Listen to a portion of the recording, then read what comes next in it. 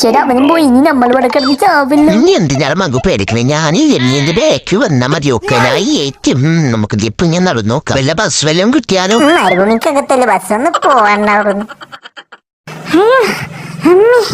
കൊറേ നേരം ആ മണ്ടന്മാരവിടെ കുടുങ്ങിയിരിക്കണ്ട പൊട്ടന്മാര്.